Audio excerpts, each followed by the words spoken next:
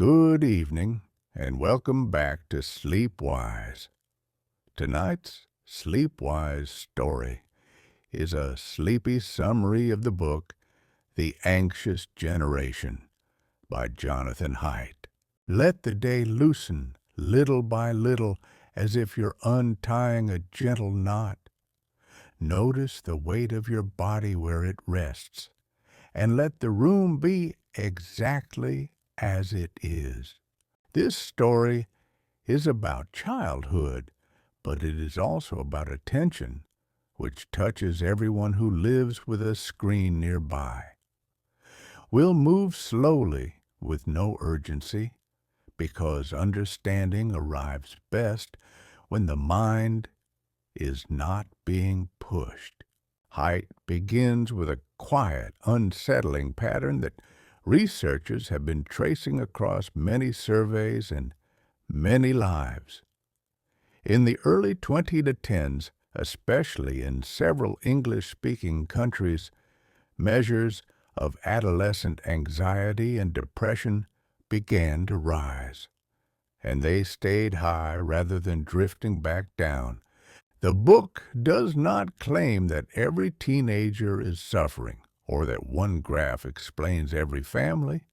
Instead, it asks why the overall weather of adolescence seemed to change so quickly, like a season turning without warning. One clue is timing, and timing can be a powerful teacher.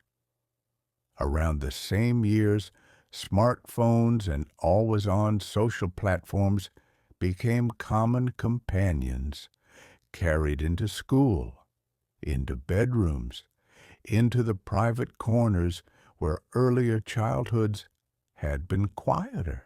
A phone can be a tool, and tools can be helpful. But a phone can also be a doorway that never really closes. It invites the mind to check, to compare, to respond, and to stay slightly alert for what might appear next. Tonight, we'll explore Haidt's central idea in a calm, bedtime way. That childhood shifted from being play-based to being phone-based. And when the main environment of growing up changes, development changes with it. Not because children are fragile by choice, but because the world is teaching them new habits.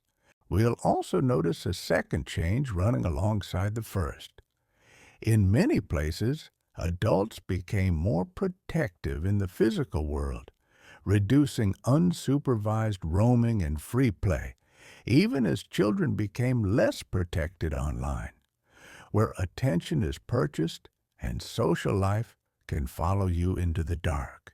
Nothing in this episode is meant to blame parents or shame kids or romanticize the past. The goal is simply to see the shape of the modern landscape and to understand how it can leave the nervous system more watchful than it needs to be. Imagine attention as a small lantern you carry through the day. When it is tugged in many directions, the flame flickers, and simple moments can feel restless. Tonight, we'll shelter that lantern from the wind for a while. We'll speak softly about what Haidt thinks has been happening and what might help the mind feel safe enough to rest. So settle in and let these ideas arrive like soft footsteps on a carpeted floor. As your breathing finds its own rhythm, we begin our gentle walk through the anxious generation. Tonight, we begin by noticing a quiet change that arrived almost without announcement. In many places, the teenage years began to feel heavier around the early 2010s, as if the air itself had grown denser. It showed up in the way more young people described feeling anxious or persistently low. It showed up in the way ordinary school days could feel like tight shoes, wearable but uncomfortable from morning to night.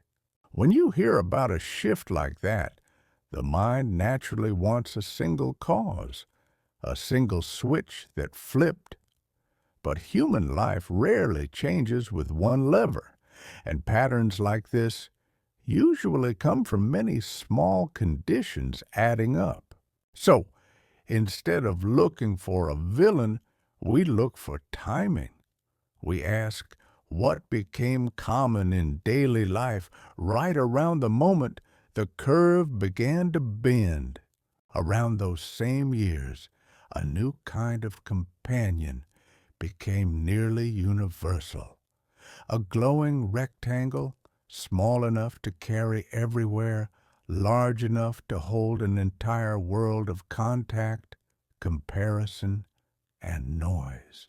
At first it felt like convenience, then like necessity, and slowly the day gained a background layer that never fully turned off. A message could arrive at any moment. A photo could appear. A joke could spread. A plan could form without you, and the nervous system learned to keep one small ear open. Even adults feel this, if they're honest. The body can be in a room, but part of the mind stays angled toward the next signal, like a dog listening for a car door. For a developing brain, that constant readiness can become a habit. Attention, which is meant to move like a slow lantern beam, starts to flicker from one bright point to another. And when attention flickers, calm becomes harder to find. You can't settle into a thought the way you settle into a pillow because the pillow keeps moving under you.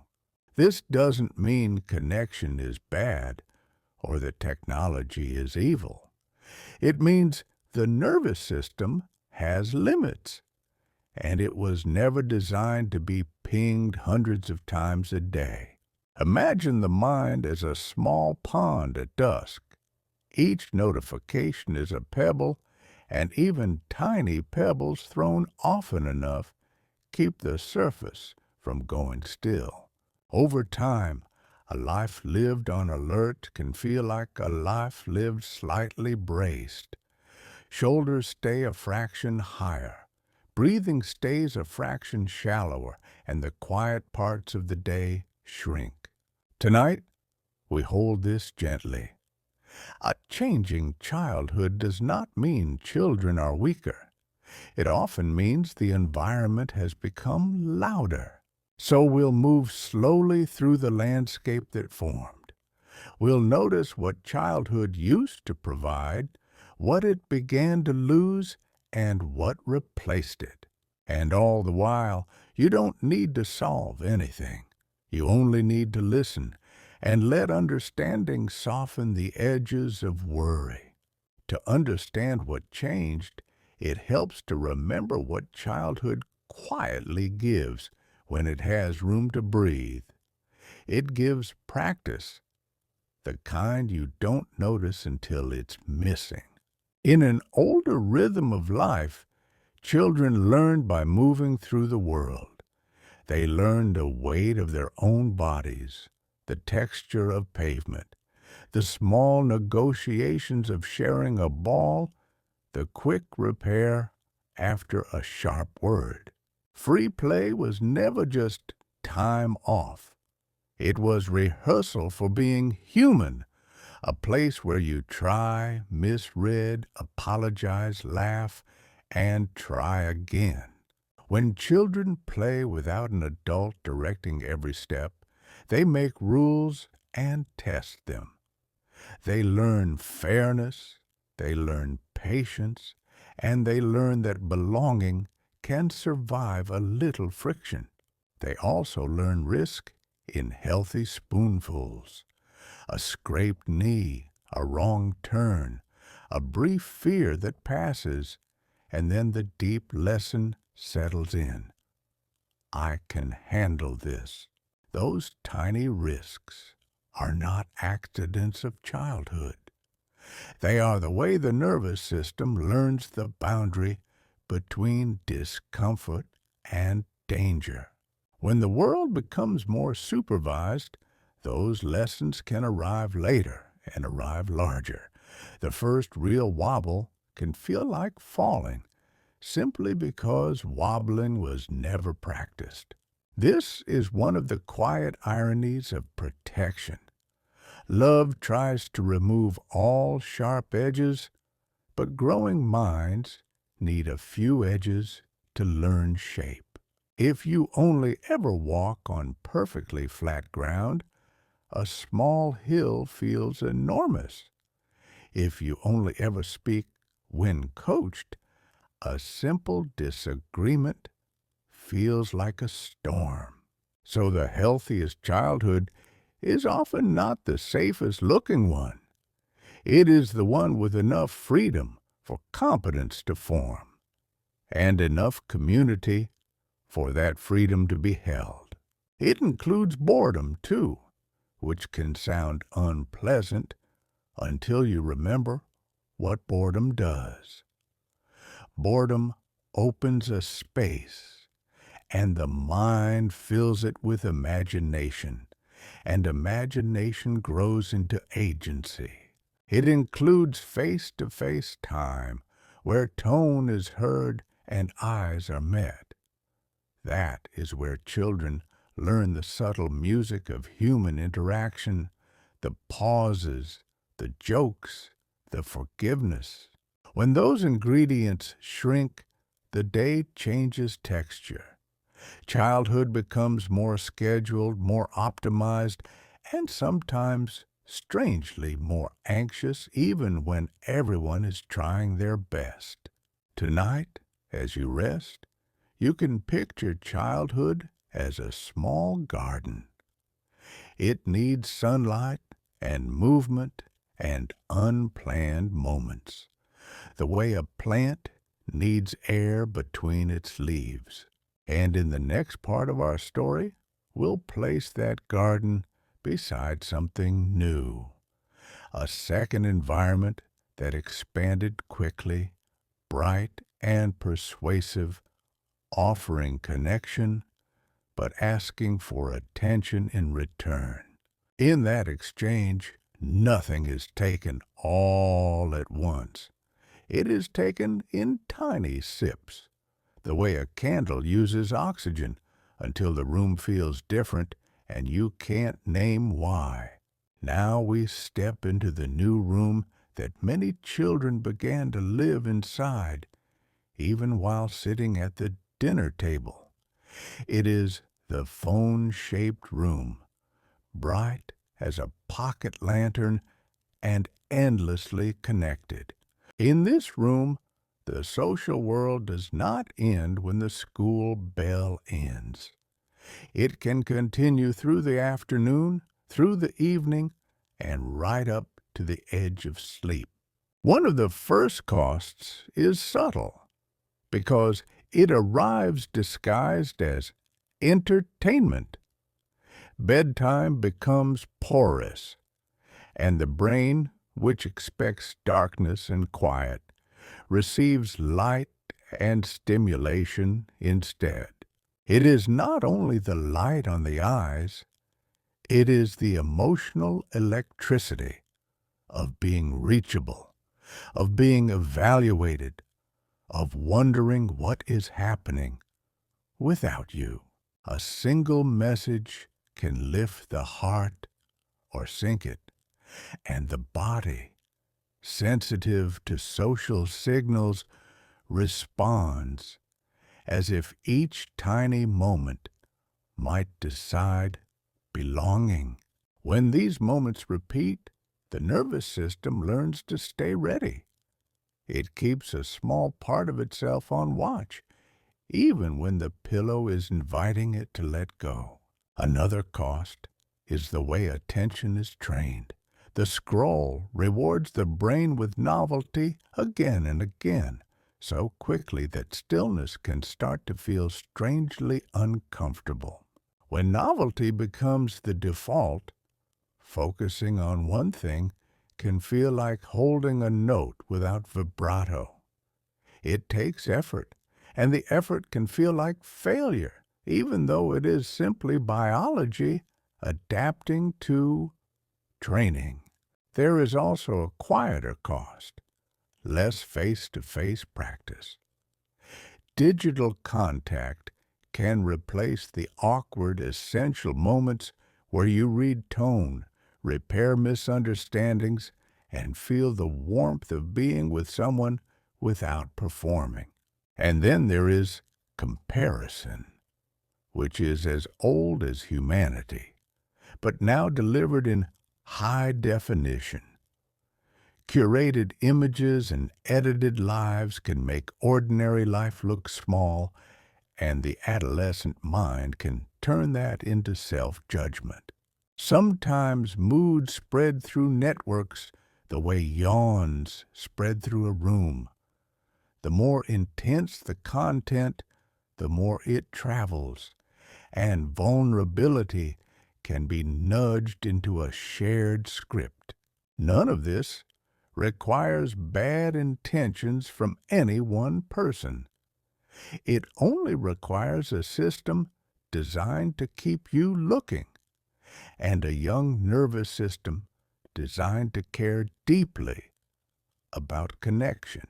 So the phone becomes not just a tool, but a climate. And climates shape you slowly until a new normal feels like it has always been there. Tonight, we're not here to fear the climate.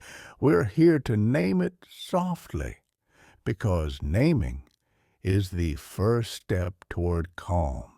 If you've ever felt your own attention splinter, you already understand. The mind is not broken. It is responding to an environment that keeps tapping on the glass. In the next part, we'll notice how this environment can affect different children in different ways. And we'll begin to see why so many families feel stuck, even when they want something gentler. If you watch a river, you'll notice it doesn't carve every bank the same way. The current meets different shapes, and the water presses differently, even when the source is shared. In the same way, the phone-based world can strain different children through different pathways. Some feel the sharp edge of comparison. Some feel the dull ache of isolation. And some feel both, alternating like day and night. For many girls, the online social world can become intensely visual and intensely evaluative. Images arrive polished, bodies are compared, friendships become delicate, and a single glance at a feed can feel like stepping into a room full of mirrors. For many boys, the pull can look different, often more solitary. Time can drift into games and streams that feel safer than real-world friction, but can quietly reduce face-to-face practice. These are broad patterns, not rules, and every child is their own universe. But the idea is simple. A powerful environment interacts with what a child already cares about most. And then we arrive at the part that feels like a sigh. Even when adults sense that something is off, acting alone can feel like asking your child to live on an island, because belonging now has hidden doors. Group chats form plans, jokes travel without context, and a child who is offline can feel like they are standing outside, hearing laughter through a wall. So the problem becomes shared, not private. It becomes the kind of problem that improves when communities coordinate, the way traffic improves when everyone follows the same lights. Imagine a school day that has protected quiet, not quiet of fear, but quiet of focus, where pockets are not buzzing and lunch tables are filled with faces, not screens. Imagine evenings where phones rest in another room like shoes left by the door, not as punishment, but as a ritual that says the day is ending and your nervous system deserves a clean landing. And imagine a return of small independence in the physical world. Walking to a nearby shop, biking with friends, solving minor problems, feeling the quiet pride that comes from managing life in small pieces. These changes are not about perfection. They are about restoring conditions that help the mind feel safe, because safety is what allows sleep to do its work. When the mind is less watched, it becomes less watchful. When attention is less fractured, it becomes easier to gather, like scattered pages returning to a book. Tonight, you don't need to decide what should be done. You can simply hold the possibility that a gentler childhood is not a fantasy, but a set of small shared choices. And as we continue, we'll wander deeper into what attention is, how it breaks apart, and how it can be rebuilt. For now, let your own attention rest here, warm and unhurried, as the night quietly widens around you. Attention is a tender thing, and it behaves like a small animal. When the world is quiet, it comes close, and when the world is loud, it darts away. In earlier rhythms of life, attention often had long stretches of unbroken time. A child could sink into a game, a book, a walk, a cloud, and the mind would learn the comfort of staying with one thing. But when the day is filled with frequent pings, attention adapts. It learns to keep scanning because the next signal might matter, and scanning becomes the default setting. This can feel like restlessness, but it is often vigilance. The brain is doing what brains do, conserving energy by staying ready for the next change. One way to picture it is as a desk covered in papers. Each alert is a new sheet slid on top, and even if you glance for only a moment, the stack shifts. Over time, the mind begins to expect interruption as normal. Silence then feels unfamiliar, and unfamiliar can feel uncomfortable, even when it is safe. That discomfort is important because it often drives more scrolling. The feed offers quick relief from the unease of stillness, and the relief trains the cycle to repeat.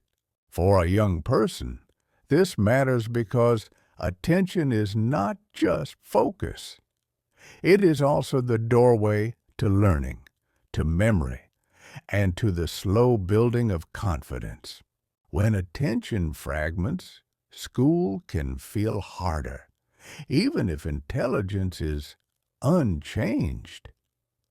It becomes difficult to hold instructions in mind, to read with depth, or to stay with a problem long enough to feel the satisfaction of solving it. The social world also changes when attention is constantly interrupted. Conversations become thinner, jokes are half heard, and misunderstandings linger because no one stays long enough to repair them. And then there is the body, which follows attention like a shadow. When attention keeps jumping, the body often keeps tensing because the nervous system interprets constant switching as a sign that something might be wrong. Tonight, you can notice your own attention without judging it. If it wanders, let it wander gently, and if it returns, let it return like a feather settling. Because attention can be trained back toward steadiness, not by force, but by conditions that make steadiness feel safe again. A phone-free pocket of time is one such condition. Even 10 minutes of uninterrupted quiet can begin to remind the mind what it feels like to be whole. So, as we move forward, keep one soft idea in your hand. A scattered mind is often a well-adapted mind in a scattered world, and it can learn a calmer rhythm when the world offers one. A simple ritual helps. The same small quiet at the same time each night.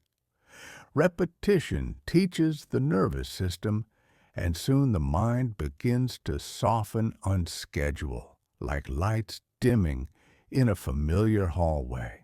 Sleep is where the mind tidies the day, like a quiet librarian returning books to their shelves. It is not merely a pause, but a nightly process of repair, sorting, and gentle recalibration. When sleep is shortened or repeatedly interrupted, the next day often feels sharper at the edges. Small frustrations sting more, attention slips more easily, and worries find more places to land. Late-night screens can disturb sleep in more than one way. Light tells the brain it is still daytime, and content tells the heart it should keep listening for meaning. Even pleasant content can be activating when it arrives at midnight. A funny clip, a lively chat, a new post, and the nervous system leans forward, as if the night were not meant for rest. Then there is the simple fact of one more minute, repeated again and again. The mind, offered endless novelty, finds it hard to choose an ending. When endings disappear, bedtime drifts. And when bedtime drifts, the body loses its anchors, the internal clock becoming less certain about when to dim and when to rise.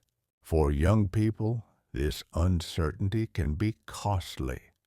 Adolescence already shifts circadian rhythm later, and extra delay can turn mornings into a daily jet lag.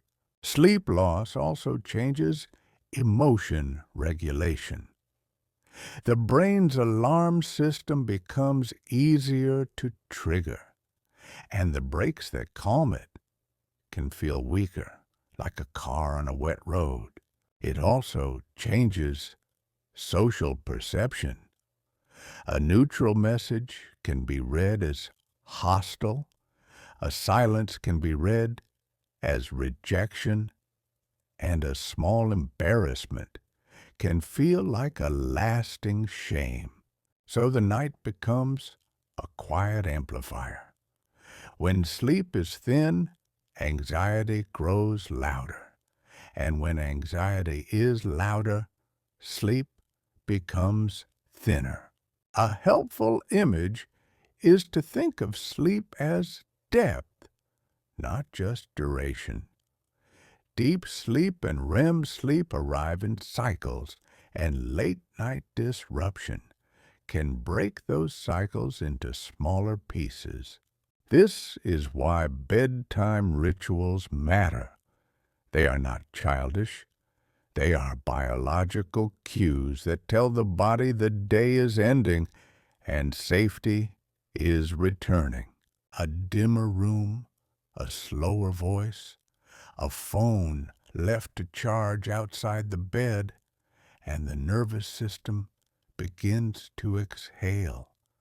It learns that nothing urgent is coming and that it is allowed to let go. If you live with a screen nearby, you may have felt the tug yourself. The device is designed to keep you engaged, but your body is designed to sleep, and the design conflict is real. Tonight, notice the kindness in choosing rest. Rest is not laziness, it is maintenance, and maintenance is how minds stay steady. And as we continue, we'll explore another quiet strain that grows when sleep and attention are disturbed, the strain of comparing the self to a stream of other selves, endlessly presented, endlessly polished. When the night is protected, the next day often feels gentler. You wake with a little more patience in your pocket and a little more space between feeling and reaction. There is a particular kind of tiredness that comes from being watched, even when no one is in the room. It is the tiredness of the performing self, the self that stays slightly posed. In the online world, life is often presented as a highlight reel. Smiles arrive brighter, bodies appear smoother, homes look calmer, friendships look effortless, and ordinary struggle is edited out.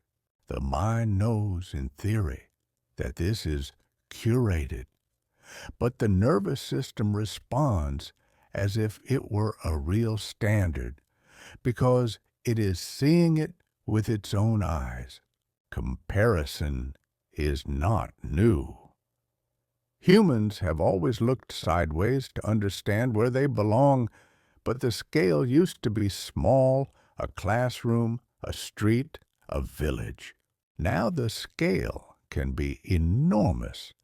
A teenager can compare themselves to thousands of images a week, many filtered, staged, and chosen from hundreds of attempts.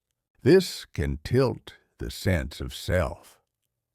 Instead of growing from inner signals and close relationships, identity can begin to grow from external metrics, likes, views, comments, and the fear of being ignored. When the self depends on metrics, peace becomes conditional. You feel calm only when the numbers say you may feel calm, and uneasy when they do not. Those numbers also change for reasons you cannot control. The system rewards novelty and intensity, so the quiet, steady parts of you may be the least visible. Ambiguity can make this worse. A message left unread, a friend posting without replying, and the mind fills the gaps with worry because partial signals invite stories. In face-to-face life, ambiguity often resolves quickly. You see the person, you hear their tone, and your nervous system relaxes. Online, ambiguity can linger. It can sit beside your bed like an unfinished sentence, and unfinished sentences keep the mind awake. For some, this becomes constant self-monitoring. not a single moment of judgment, but a steady habit of editing the self before it is even expressed. Monitoring is exhausting. The body holds tension while it monitors, because monitoring is what you do when something might go wrong. Tonight, it may help to remember that the real self is not a post. The real self is a breathing organism, complicated and changing, allowed to be ordinary. If you imagine your mind as a house, comparison is like leaving the front door open all day. Every passerby can step in with an opinion, and you never fully settle. So, one gentle form of protection is to close the door sometimes. Not forever, not with anger, but with intention, so the inner rooms stay quiet enough to hear your own thoughts. And in the next part of our story, we'll turn from comparison to something even subtler. The way emotions can spread through networks, like wind moving through tall grass, shaping what people feel and how they name it. There is an old truth about humans. We borrow feelings from one another. In a crowded room, laughter spreads, fear spreads, and calm can spread too. Online spaces can behave like crowded rooms that never empty. The same stories repeat, the same emotions echo, and what is most intense is often what travels farthest. When a young person is vulnerable, intensity can feel like belonging. If many people describe the same pain in the same language, the language can become a home, even when the pain grows inside it. This is not because anyone is trying to harm anyone. It is because the social brain is built to imitate, to synchronize, and to learn what matters by watching what others react to. Algorithms amplify this synchronizing. They notice what keeps you looking, and they offer more of it, so the feed becomes a mirror that keeps reflecting the same mood back at you. In that mirror, a difficult season can start to feel permanent. A normal wave of sadness can begin to look like an identity, and an identity can be hard to step away from once it has gathered a community around it. The same can happen with anger. When anger is rewarded with attention, anger becomes contagious, and the nervous system stays hot, even when the body longs to cool. There is also a quieter contagion, the fear of missing out. Seeing others together can create a steady ache, as if you are always arriving late to a party you never agreed to attend. And because the phone is always nearby, the party is always audible. Even in bed, even in the dark, the mind can keep checking the door. This constant checking reduces recovery time. The nervous system gets fewer clean minutes of true privacy, the kind where you are not being evaluated, not evaluating, just existing. Privacy is not secrecy. Privacy is a developmental nutrient, a place where a person can try on thoughts and feelings without turning them into a performance. When privacy shrinks, self-consciousness grows, and self-consciousness can make simple moments feel tense, like speaking on a stage instead of sitting with a friend. So, one gentle antidote to contagion is the return of small private spaces, a walk without a phone, a hobby done alone, a conversation that is not recorded, a journal that is not shared. Another antidote is time. When the feed slows, emotion has room to pass through rather than sticking, because emotions are meant to move like weather. Tonight, you can feel that in your own body. A thought rises, a thought falls, and beneath the thoughts there is a steadier ocean that does not need to perform. As we continue, we'll bring these strands together. We'll look at why so many families feel trapped by these dynamics and why the path forward often requires shared rules rather than heroic willpower. When people sense that something is harming their children, the instinct is to fix it at home. But some problems do not yield to individual effort because they are woven into the social fabric. If one family sets firm limits, their child may feel excluded. Plans are made in group chats, jokes arrive in threads, and belonging can move through invisible corridors. So, even caring, attentive parents can feel stuck. They are not choosing between good and bad. They are choosing between protection and participation, and both matter. This is the kind of situation that improves when communities move together. Like traffic, it becomes safer and calmer when everyone follows the same lights. One place where shared rules can help is the school day. Imagine a classroom where phones stay away, not as punishment, but as a default, the same for everyone. In that classroom, attention has fewer interruptions. Lessons land more deeply, and the mind has a chance to practice sustained focus, the way lungs practice deeper breathing in clean air. Lunch becomes different, too. Faces replace screens, and small talk returns, awkward at first, then warm, because awkwardness is how friendships learn their shape. Shared rules can also help in the evening.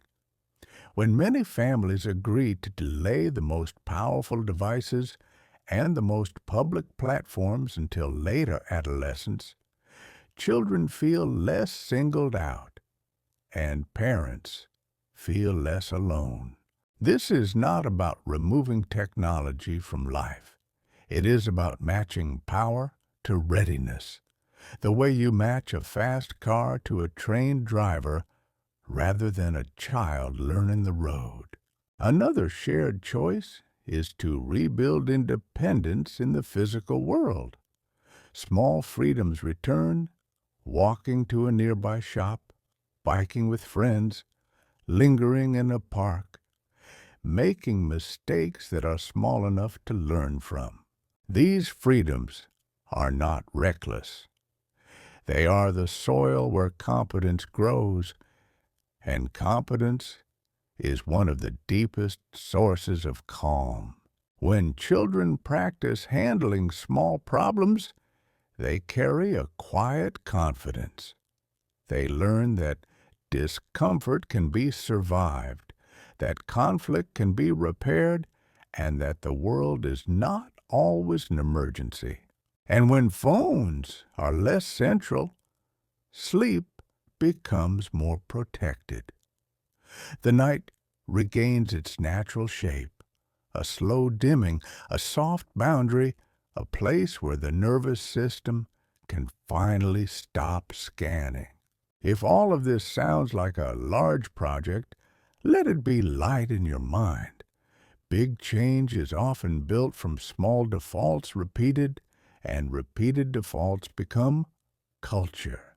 Tonight, we are simply tracing the outline of a gentler childhood. A childhood with more play, more privacy, more real-world practice, and fewer midnight alarms. In the next segments, we'll step closer to the practical heart of these ideas. We'll explore what it feels like to restore attention, restore sleep, and restore the simple joy of being present without being watched. Tonight, we slow down and look closely at what it means to restore attention. Because attention is not just a skill, it is a feeling of being held. When attention is steady, the world feels less sharp, and your inner life feels less rushed. The first step is not discipline, it is design. If the most tempting doorway is always open, you will walk through it without meaning to. So imagine a small change that is almost invisible.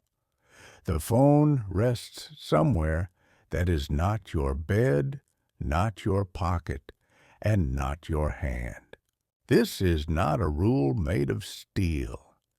It is a gentle relocation, like placing keys in a bowl by the door so you can stop searching for them.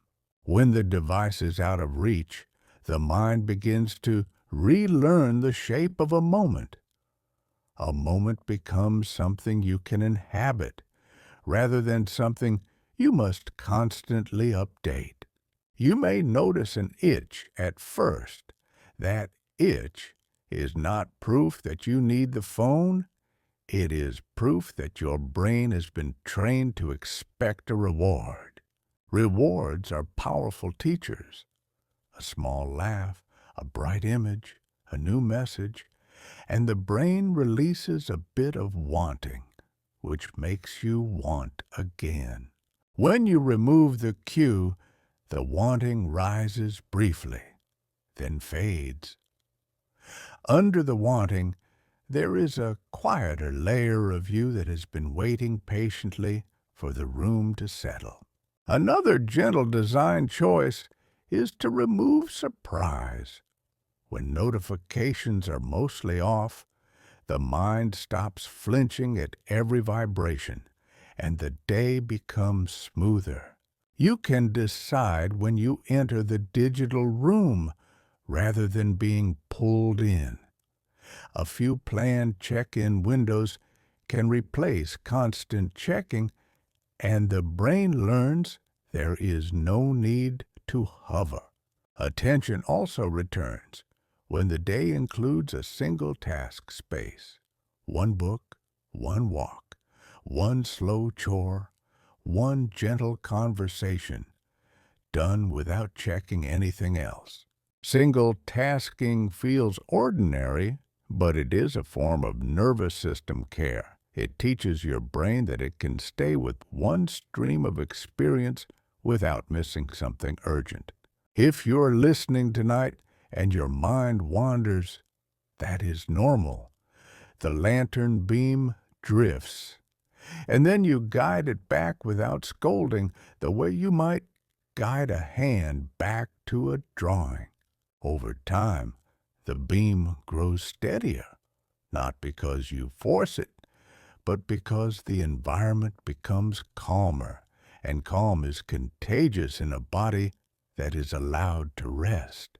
So tonight, let the idea be simple. A calmer environment teaches a calmer mind, and a calmer mind makes sleep come closer. A small boundary at night can help, even if it is only 30 minutes. When the last half hour is screen-free, the brain begins to expect darkness the way it expects a familiar song. Some people like a charging station that lives outside the bedroom. It turns sleep into a place without negotiations, and the mind relaxes because the choice has already been made. Now we return to the physical world because the body is where calm is learned first. A nervous system that moves, climbs, laughs, and solves small problems in daylight tends to sleep better at night. One of the simplest gifts is unsupervised time, sized to the child and the place. Not abandonment, but a little distance, the way you loosen your grip on a bicycle seat once balance begins. Independence can start with tiny errands, walking to a nearby shop, taking out the trash alone, knocking on a friend's door, and feeling the quiet pride of managing a moment without a screen. These moments teach competence. Competence then becomes confidence, and confidence reduces the need to seek constant reassurance from the digital crowd. Free play is especially powerful because it contains real social learning. Children negotiate rules, test boundaries, repair conflicts, and discover that belonging can survive discomfort. Adults often step in too quickly because we hate to see distress. But a small disagreement handled by children is like a small weight in a gym. It strengthens what will later handle heavier loads. When free play shrinks, friendship can become more fragile. If you only see each other through messages, the relationship has fewer chances to deepen through shared silence and shared boredom. Boredom sounds like a problem, but boredom is also an open door. When there is nothing to scroll, the mind begins to invent, and invention is the seed of agency. Agency is a quiet antidote to anxiety. When you feel you can act in the world, you feel less trapped inside your thoughts. So a culture of independence is not just nostalgic. It is a practical way of giving the nervous system evidence that life can be handled. You can picture it like teaching someone to read a map. At first, they need help, then they try, then they get lost, then they find the path, and each cycle builds calm. This does not require dramatic risks. It requires many small, ordinary chances to practice being capable. Even the walk to school can be a lesson. Streets become familiar, seasons become visible, and the day begins with movement rather than a screen. And when the physical world becomes richer, the digital world becomes less central. The phone stops being the main stage and becomes what it was always meant to be. A tool used sometimes, not a place lived inside. Tonight, imagine a childhood with more daylight and more wandering. A childhood where the mind learns that the world is not only something to watch, but something to touch and move through. In the next part, we'll turn to the places where shared norms can help this happen, because families rarely do well when they fight the current alone. Some of the most effective changes are the ones that remove daily friction. When a rule is shared, it stops feeling like a personal battle. A phone-free school day is one example. It is not a moral statement. It is an environmental design that protects attention while it is still growing. Imagine a classroom where the teacher is not competing with 1,000 bright windows. The mind can stay with a sentence, a question, a diagram, long enough for understanding to settle. In hallways and lunchrooms, something else returns. Faces, posture, tone, small jokes, quick apologies. The ordinary social glue that is hard to replicate in text. When phones are present, silence often fills with scrolling. When phones are absent, silence fills with conversation, and conversation becomes the practice ground for empathy. This practice matters because social anxiety often grows where practice is missing. The more you avoid face-to-face interaction, the more intimidating it becomes, and the cycle quietly tightens. Shared school norms can also reduce the feeling of being singled out. A child does not have to explain why they don't have a phone in class because no one does. Beyond the school day, communities can coordinate around age and timing. When many families delay certain devices or platforms, children keep their friendships without feeling like outliers. This is the heart of coordination. It turns personal sacrifice into a shared default, the way a neighborhood agreement makes streets safer for everyone. You can picture it like a dimmer switch on a building. One resident turning down their lights won't change the glare, but the whole building dimming together makes the night feel calm. Coordination also eases the emotional labor of parenting. Instead of daily negotiations, you can point to the norm, and the norm does some of the work. None of this removes the need for warmth and listening. Rules without relationship feel cold, but rules held inside relationship can feel like protection. So the aim is not control, but a healthier baseline. A baseline where attention has fewer interruptions and belonging is not measured by response speed. If you imagine the nervous system as a small candle, shared norms protect it from gusts. The flame steadies, and steadiness becomes the new normal. In the next part, we'll talk about the ages that matter most, not because children must be rushed, but because timing can spare a developing mind from pressure it is not ready to carry. Puberty is a time when the self feels exposed, even in a quiet room.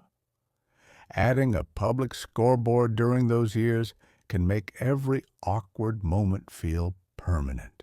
So, delaying the most public platforms can act like keeping training wheels on a little longer. It gives the self time to form in private, with friends who know the whole person, not just the posted parts. There are certain kinds of weight a young mind can carry, and certain kinds it cannot. Not yet. Public evaluation is one of the heavier weights because it presses on belonging. And belonging is oxygen in adolescence. When a child is very young, their world is mostly local. Feedback comes from a few faces, and the nervous system can recover because the circle is small and familiar. As adolescence begins, the circle naturally widens.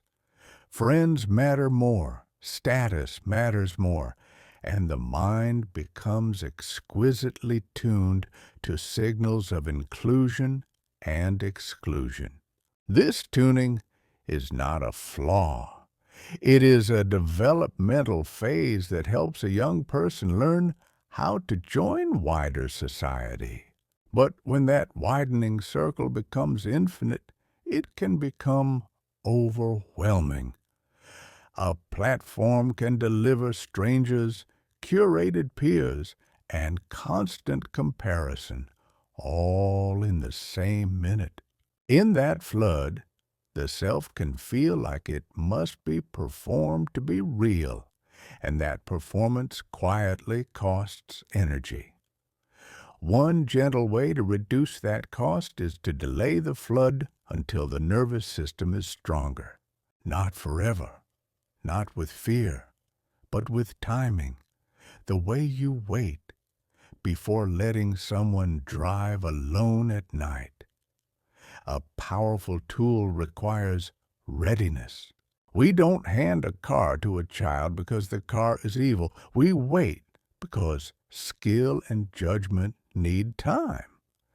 The same logic can be applied to public platforms.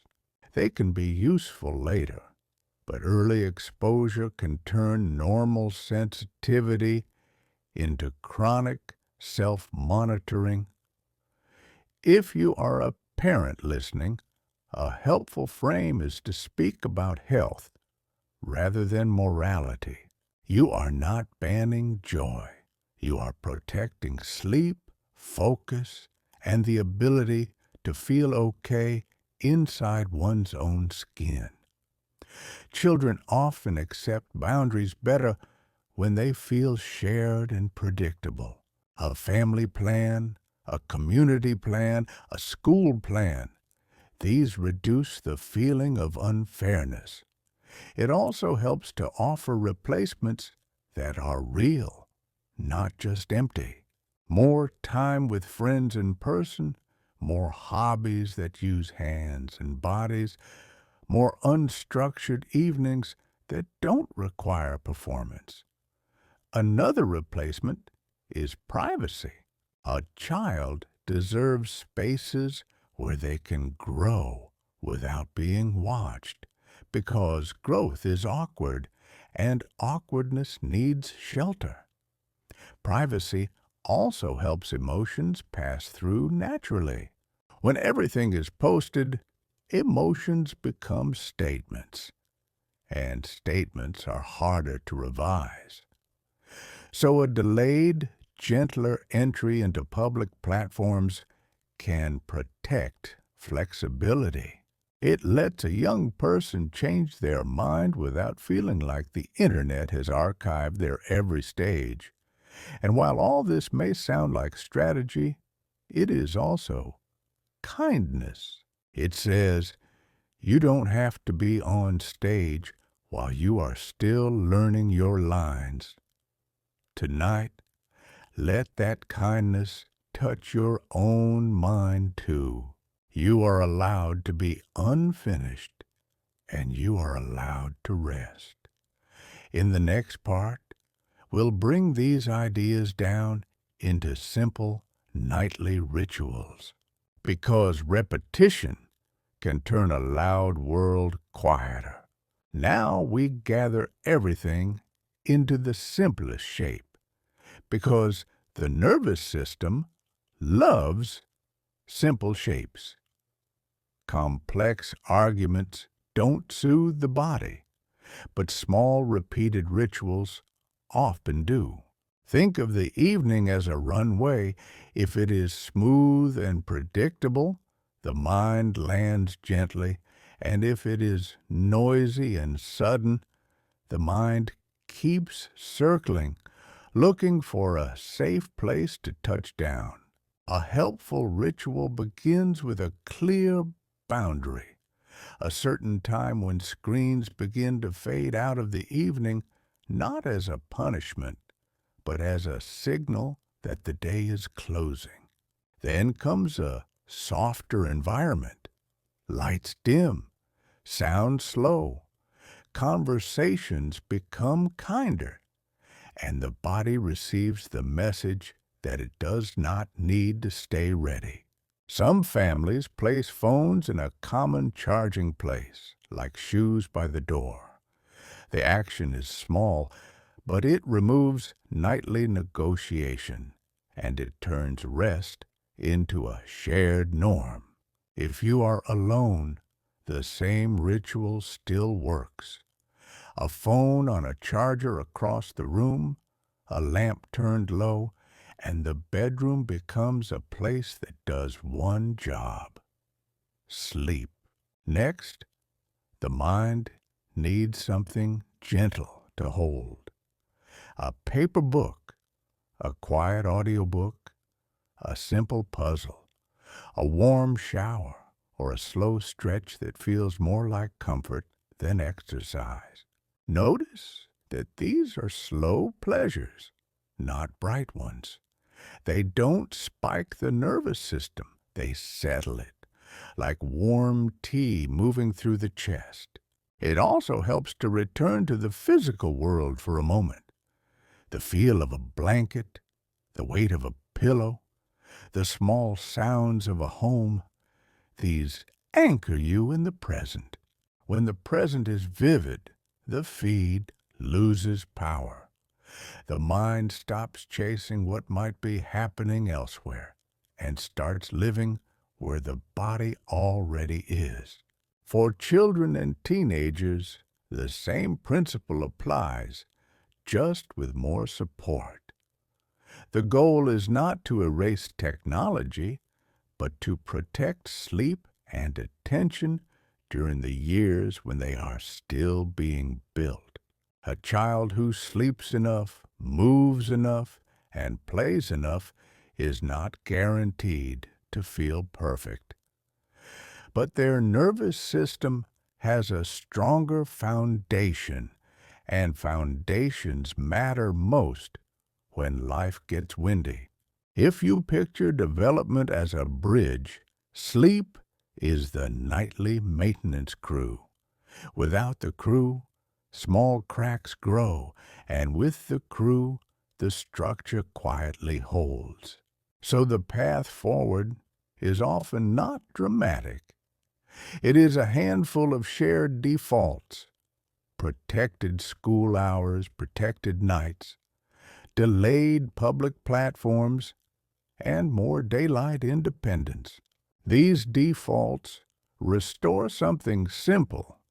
They give the mind fewer alarms, and they give the body more chances to learn that it is safe. Tonight, you can let that safety be yours, even if only for this hour.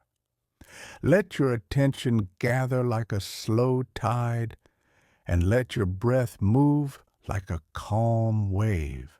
We will continue this walk soon, exploring how communities can make these defaults easier to choose. For now, allow the day to end and allow your thoughts to dim one by one. Tonight, we begin to turn from the what to the how, because minds rest better when they can imagine a path. The path is not a grand reform in one day, but a quiet reshaping of defaults, repeated until they feel normal. A default is what happens when no one is arguing. It is what the day becomes when the mind is tired, when willpower is thin, and when people simply do what the environment makes easiest. So imagine a week where the school day has a firm shared boundary around phones, not a rule aimed at shame, but a rule aimed at giving attention a protected habitat. In that habitat, students practice staying with a thought. They practice waiting through a moment of boredom and discovering that boredom is often just the first door to curiosity. They also practice being together without translating themselves into posts. A joke lands, a look is exchanged, a small kindness is noticed, and the nervous system relearns the safety of real presence. Presence is a quiet medicine for anxiety. When you can read a face and hear a tone, the mind makes fewer frightening guesses. Outside of school, the same idea can live in the rhythm of the neighborhood. A park where kids gather, a courtyard where someone always brings a ball, a street where biking feels normal again. These spaces don't require perfection, only repetition. The more often children practice physical world play, the less their social life depends entirely on the glowing room. And for parents, repetition reduces conflict. When the boundary is routine, you're not negotiating every night. You're simply following the same gentle script. Even a simple phrase can become a shared cue.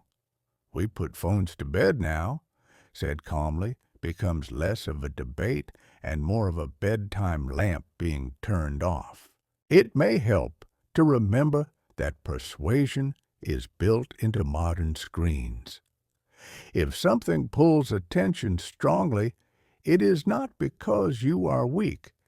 It is because it is designed to pull. So the goal is not heroism, but design.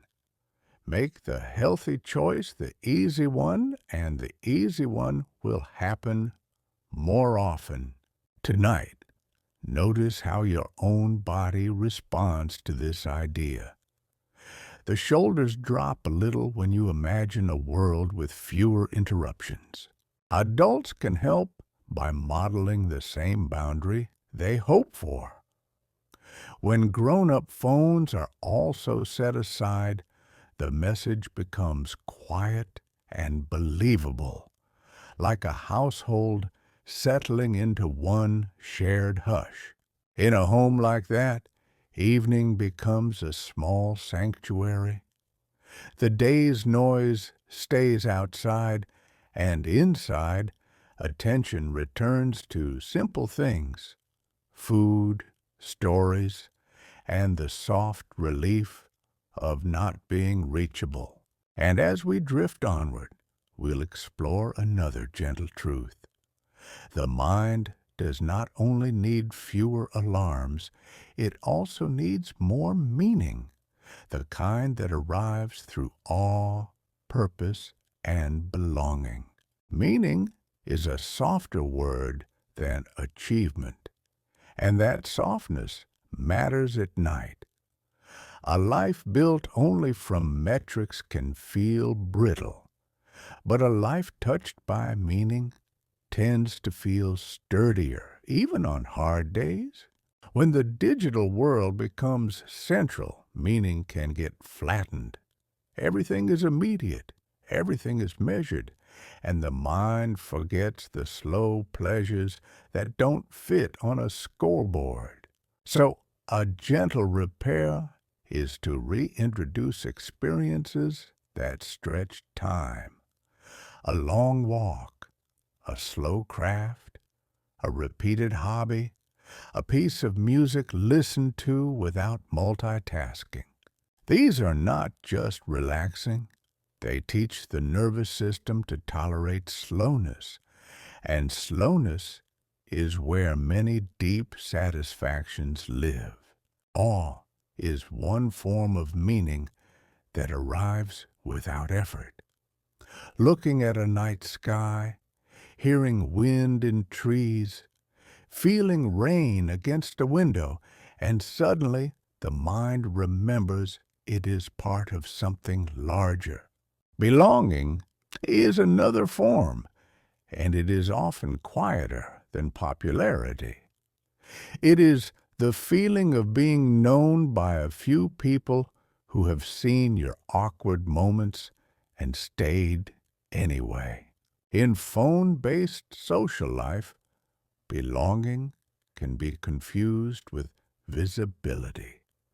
But visibility is not the same as safety, and safety is what helps the mind relax. So, one helpful practice is to privilege the small circle. a weekly meal with family, a regular meetup with friends, a team sport, a club, a shared project done with hands. In these settings, status is less abstract. People see your effort, your humor, your presence, and you don't need to prove yourself with numbers. For young people, this matters because identity is still forming. When identity is formed in the gaze of strangers, it can become fragile. But when it is formed in the care of a real community, it tends to hold. This also makes it easier to step away from the feed. When life is full in the physical world, the phone becomes less of a lifeline and more of an accessory. A quiet sign of health is the return of unrecorded moments. Laughter that is not captured. A conversation that is not posted. A small triumph that is simply felt. Tonight, you can feel the relief in that idea. Your life does not need an audience to be real.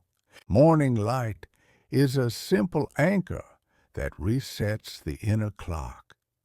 Even a few minutes outdoors early in the day can make nighttime sleep arrive more easily, like a tide returning on schedule. Movement, too, is a form of emotional hygiene.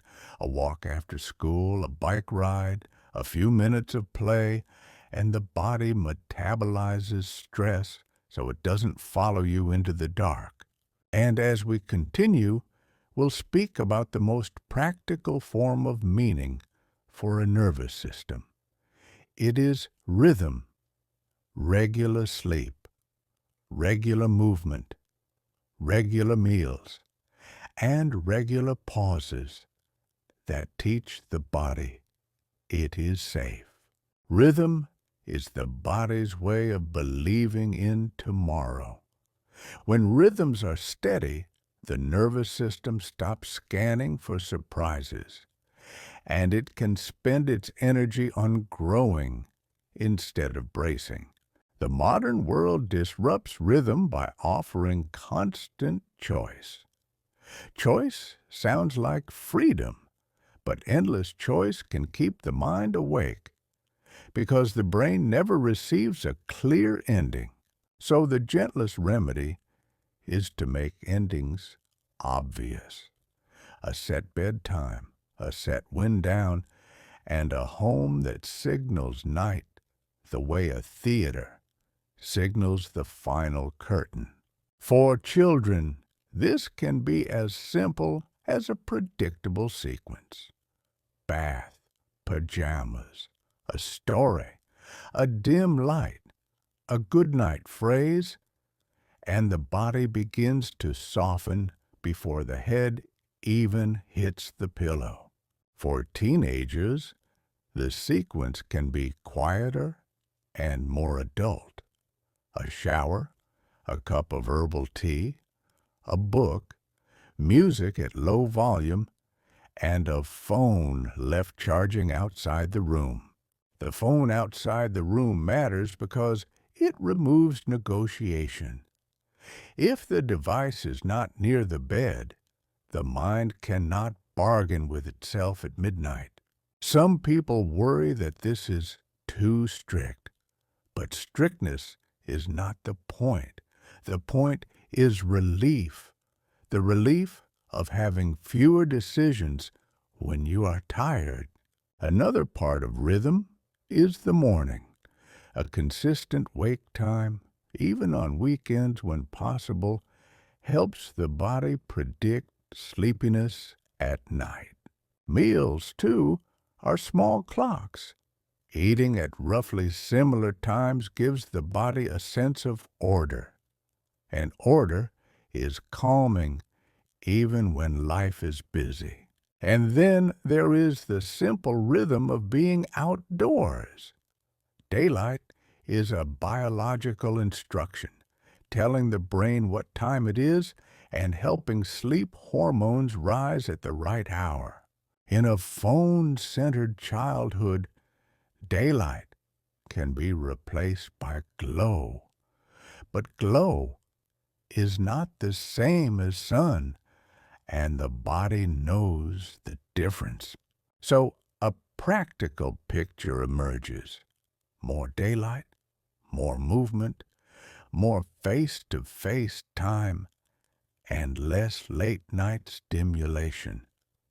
These are not moral rules. They are the basic ingredients of a steady nervous system. Tonight, you can feel that steadiness in your own breathing. Inhale, and the body gathers. Exhale, and it releases. And this cycle is a rhythm you can trust. Boredom is also part of rhythm because it is a natural pause between activities. When boredom is allowed, the mind wanders, and wandering often turns into creativity, which feels like quiet power. Coordination helps too, because it reduces social friction. When many families choose similar boundaries, children keep their friendships while also keeping their sleep. As we approach the end of our story, we'll return to the heart of it. Childhood needs two kinds of freedom: freedom to roam in the real world and freedom from constant evaluation in the digital one. And when those freedoms return, the mind can do what it was built to do at night. It can let go. If you hold all of this in your mind at once, it can feel like a big problem. But big problems often soften when you find the smallest lever that many hands can share. One small lever is the school day. When attention is protected for 6 or 7 hours, children practice focus, practice conversation, and practice being bored without panicking. Another lever is the night. When bedtime is protected from endless scrolling, sleep deepens, and deep sleep quietly strengthens emotion regulation for the next day. A third lever is the return of the physical world. More unsupervised time, more neighborhood play, and more small responsibilities teach the body that it is capable. Capability is calming. A child who feels capable needs less reassurance from the crowd, and a teenager who feels capable can tolerate the normal discomfort of growing up. A fourth lever is timing. Delaying the most public platforms until later gives the self time to form without constant evaluation, and it gives friendships time to root in real experiences. These levers work best when they are shared. Shared rules remove the feeling that one family is being different, and they turn healthy choices into ordinary choices. You can imagine a town where most doors close gently at night, lights dim, phones charge elsewhere, and the streets become quiet enough for the mind to hear its own thoughts again. In that town, anxiety does not vanish. Life will always include uncertainty, and adolescence will always include tenderness. But the nervous system has more support. Support is what turns stress into growth rather than overwhelm.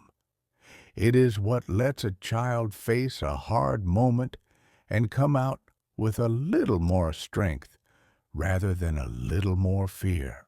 And support is not only offered by parents. It is offered by teachers who protect attention by neighbors who allow play, by policymakers who set guardrails, and by cultures that remember childhood is a season, not a performance. Tonight, as you lie here, you can let the idea be gentle. The world became louder, and now many people are learning how to turn the volume down again. Turning the volume down does not require anger. It requires design, coordination, and the quiet courage to choose what is healthy, even when the feed is tempting. So let your mind picture one simple scene: a child outside at dusk, moving freely, laughing with friends, then coming home to a house that dims and settles, with no buzzing in the bedroom. The nervous system in that scene learns something precious. It learns that life has boundaries, that the day ends, and that rest is safe. In our final segment, we'll let the story fade into that safety. We'll gather the main ideas into a soft closing, and then we'll release the night to do its work.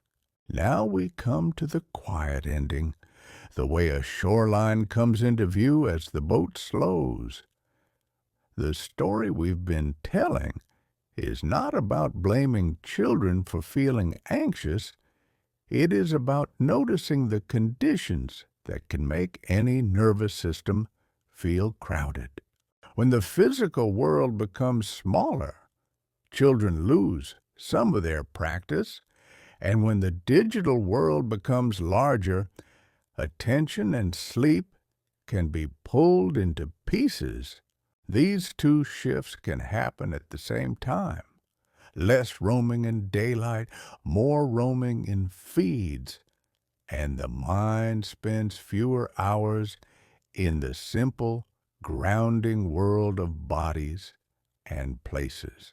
But the ending of this story is not despair.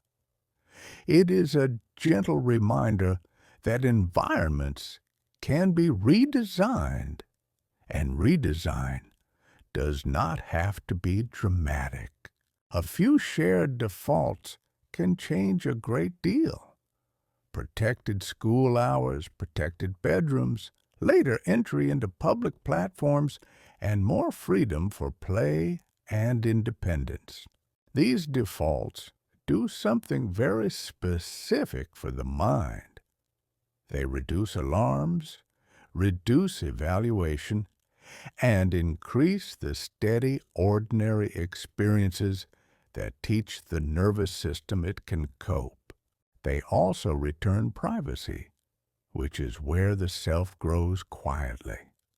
A self that grows in privacy is less brittle, because it is not built for applause. It is built for life. If you are listening as a parent, let kindness be part of your picture. Children do not need perfect rules. They need predictable warmth and a household that feels like a safe harbor. If you are listening as someone who once was a child, let kindness be part of your picture too. You were shaped by your environment, and you are allowed to reshape your environment now.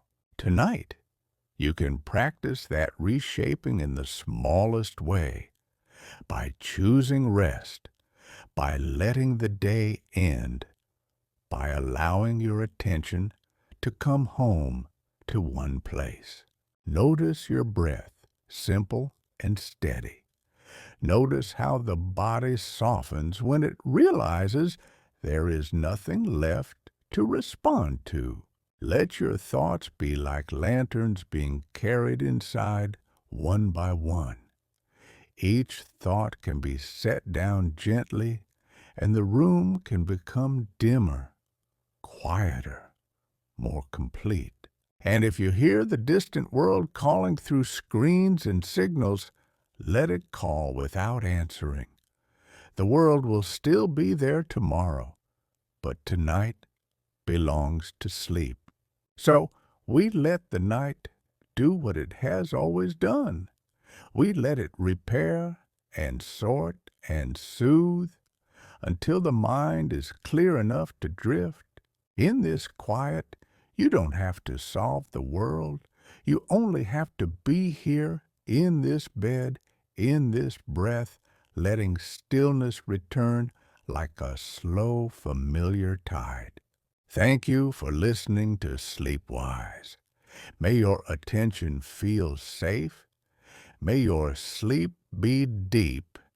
And may childhood, wherever it lives inside you, feel a little more protected. Good night.